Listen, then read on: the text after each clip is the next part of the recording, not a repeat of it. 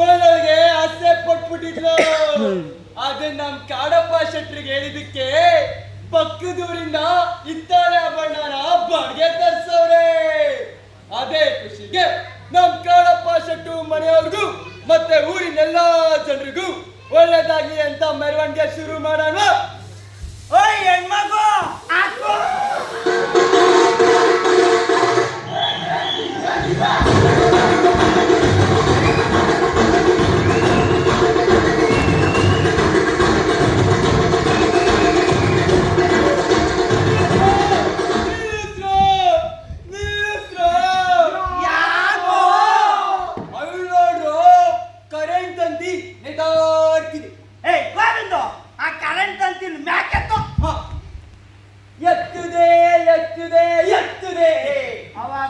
ಸ್ವಲ್ಪ ಮುಂದಪ್ಪ.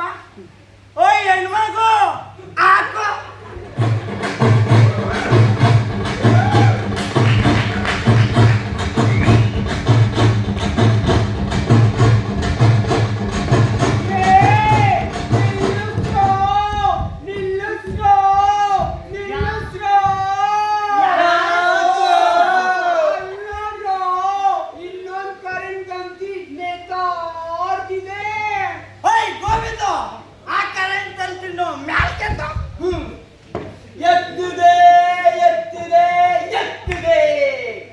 ಗೌರಿ ಸ್ವಲ್ಪ ಮುಂದಪ್ಪ. ಓಯ್ ಹೆಣ್ಮಗು ಹಾಕು.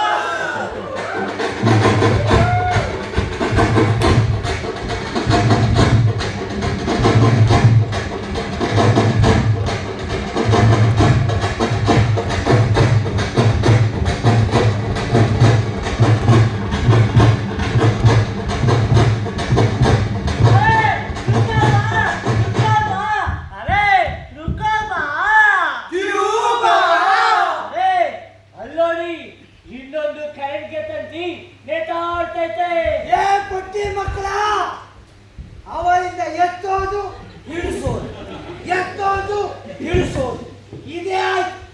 ಮೆರವಣಿಗೆಯಿಂದ ಕೊನೆ ಬೀದಿಗೂ ಹೋಗ್ಬೇಕು. ಆ ಕೊನೆ ಬೀದಿ ಗೌಡ್ರು ಈ ಕಾಡಪ್ಪ ಶೆಟ್ಟಿ ನೋಡಿ ಹೊಟ್ಟೆಲ್ ಕಂಡು ಸಾಯ್ಬೇಕು. ನಿಮ್ಮ ಮೂದೇವಿ ಗೌಡ್ರಲ್ಲಿ ಕಾಣಿಸಲ್ಲ, ಮೇಲೆತ್ತು ನೀವು.